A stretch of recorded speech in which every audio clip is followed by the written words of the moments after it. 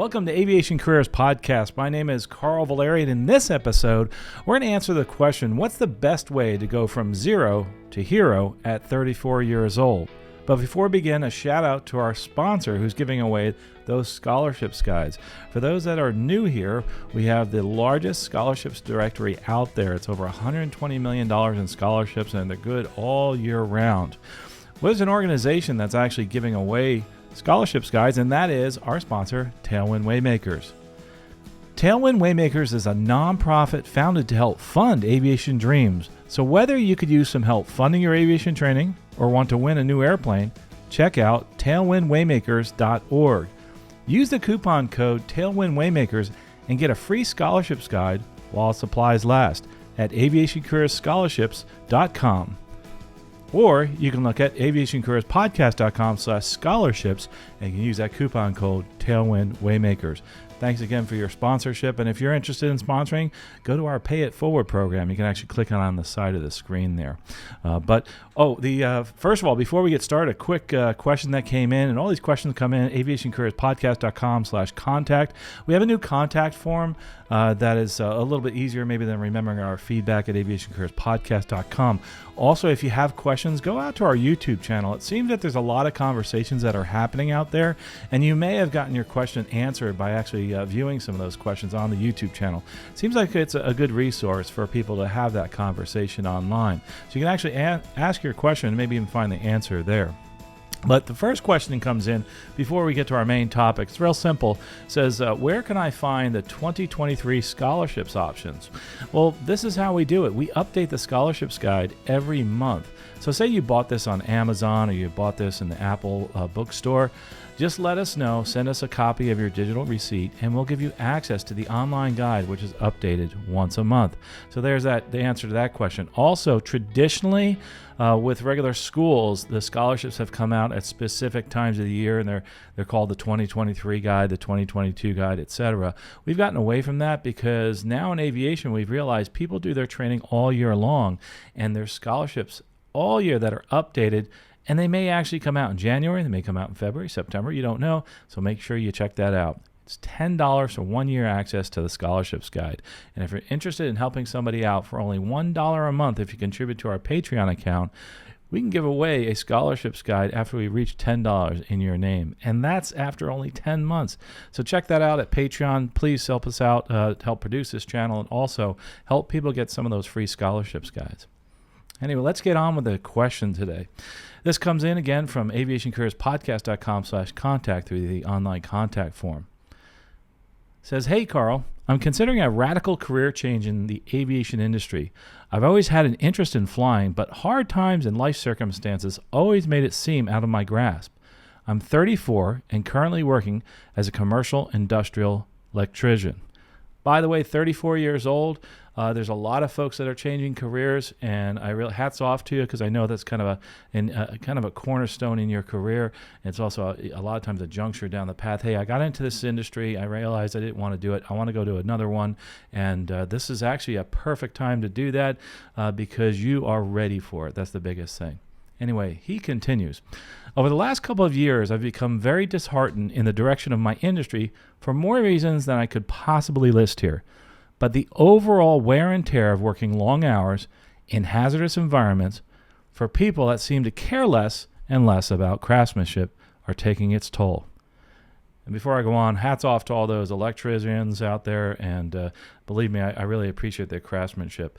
Had to use electricians a lot over the years, and I think it's terrific. What a great field to go into. The cool thing is it's something that will always be, you can always use later on. We'll talk about that later.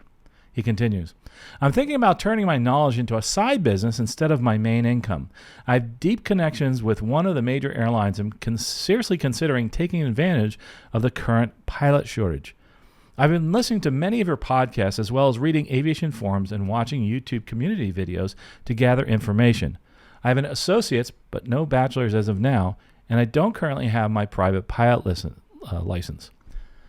What would be my best course of action to go from zero to hero in the shortest amount of time with the fewest mistakes along the way? Love the podcast and thank you for your time. Well, thanks. I appreciate that question.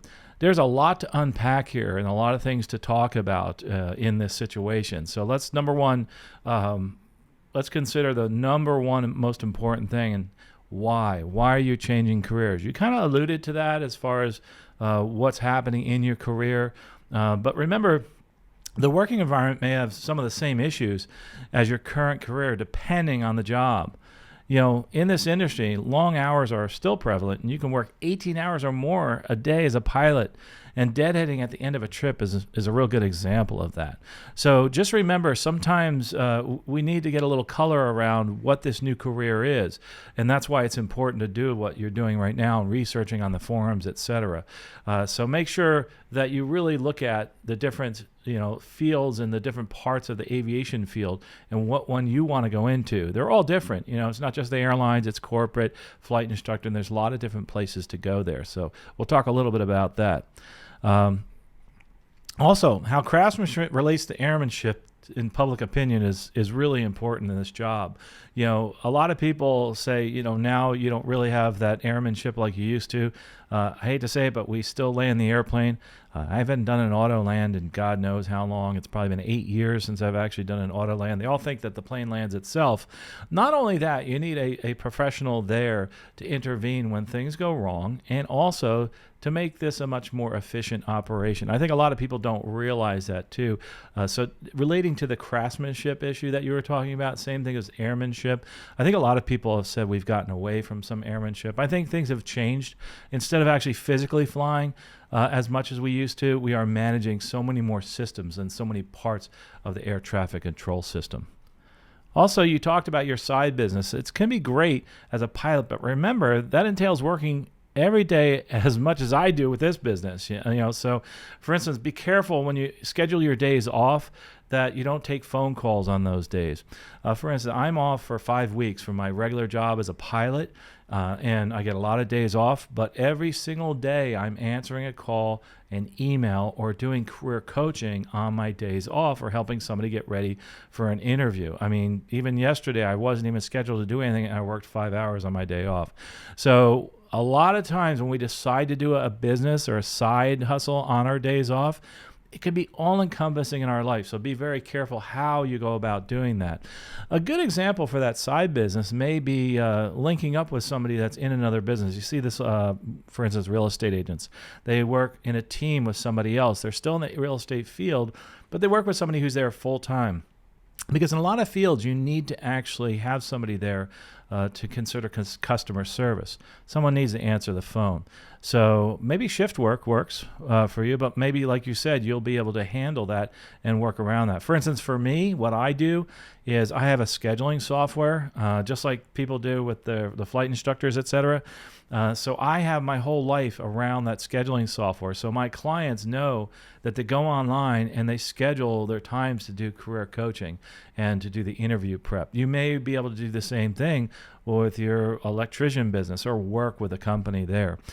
So that's a really important part of this, is when you start looking at the side hustle, to make sure that it's something that you can actually manage. There's certain things that are easier to do as a side job or side hustle than others. So electrician business is one, I think, that you can actually do that with, but you have to be careful. So the other part of this is what you talked about with the pilot shortage, with the current pilot shortage. Don't try to time the market. I love the term you use, the current pilot shortage. The pilot shortage is a lot like the stock market. It goes up and it goes down. There's demand, and there's times when there is no demand for pilots. The pilot shortage, quote unquote, it's an ongoing thing. We will always have pilot shortages, and that's for many different reasons. And remember, people wind up leaving the field and leaving this business when things actually go into a downturn, etc.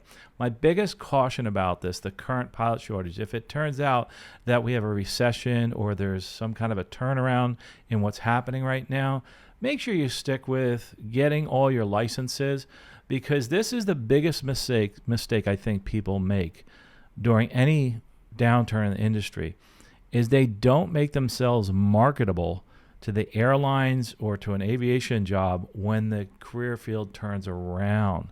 For instance, say after getting 100, 200, 300 hours towards your 1,500 to get hired by an airline, suddenly we have a downturn in the industry. And you decide that you're going to get out of the business and come back in when things get better. But you should be trying to build hours so you meet those minimum qualifications. But by leaving that business, and I've seen this happen many, many times where someone leaves the aviation business and then stops flying, and then they pause their career. Then it happens again. The career field turns around. There's lots of hiring, and then they're behind everybody else. And it's going to play out over and over. What I want you to do is try to not be that person that when we do have a downturn in this industry, that you continue to try to build hours. And that's what's important about planning.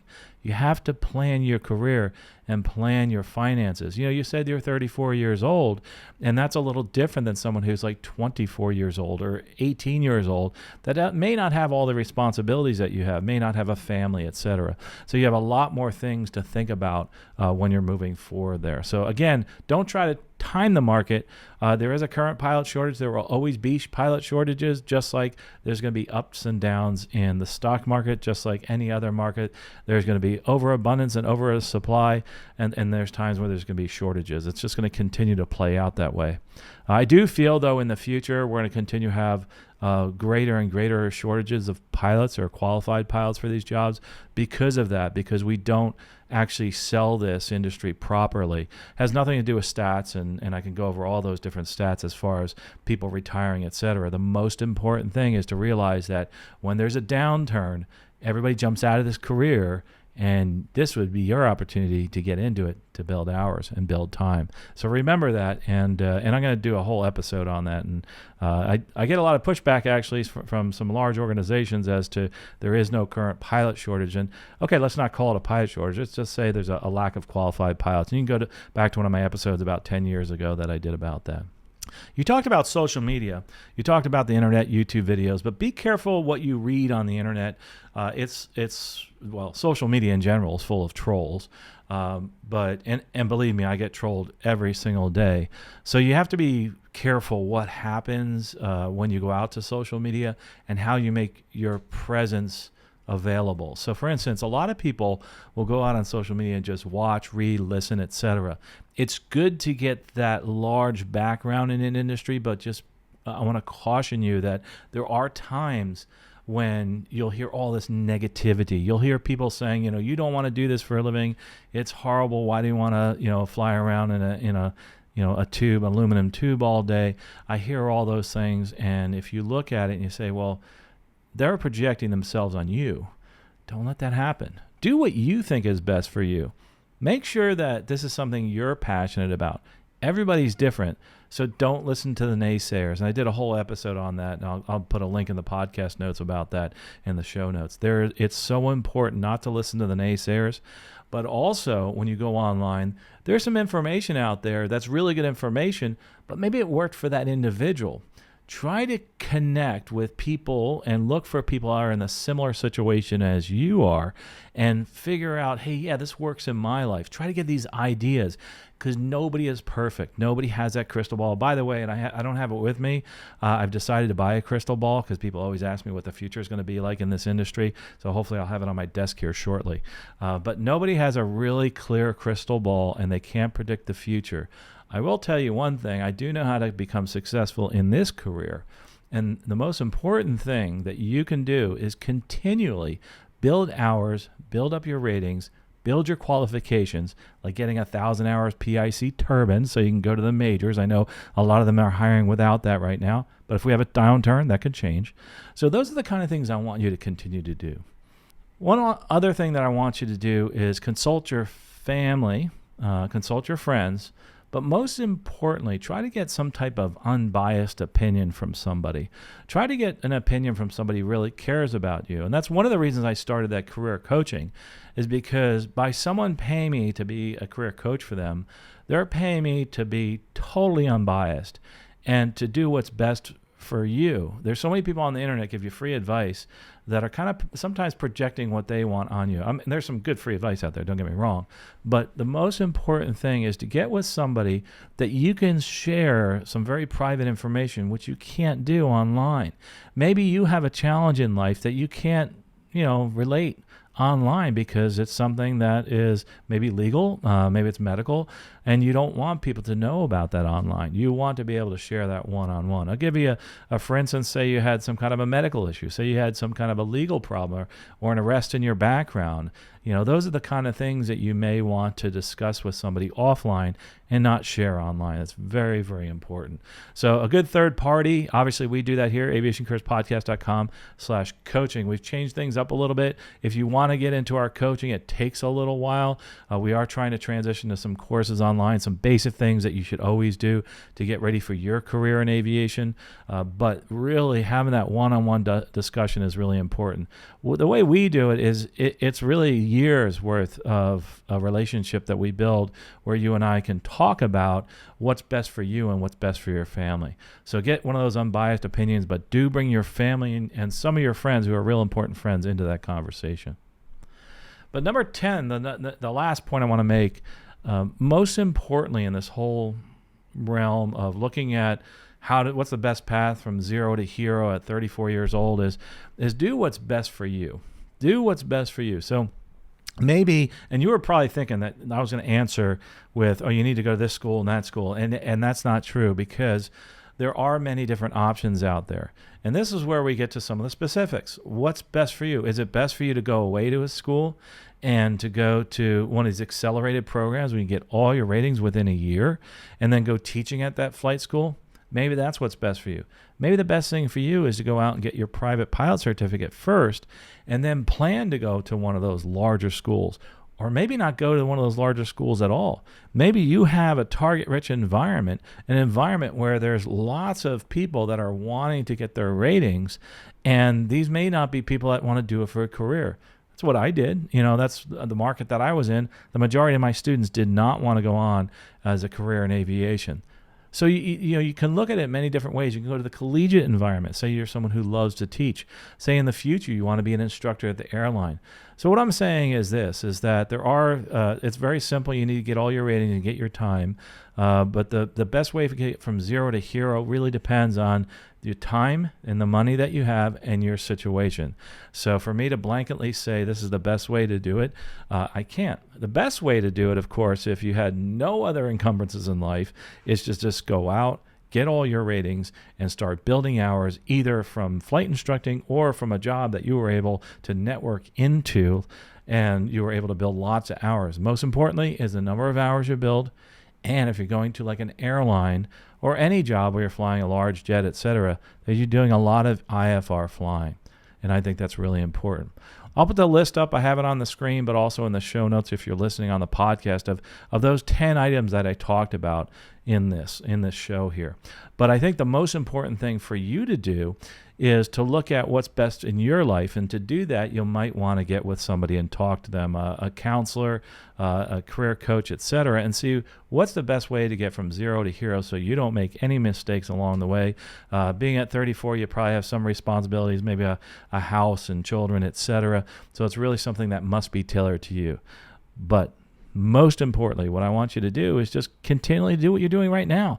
Go out there, look at information, and continue to move forward in your career. And also, you might think about this. I know you're 34 years old, but you might find a scholarships out there. You never know, because that scholarships guide I put together, we have many different sections of it.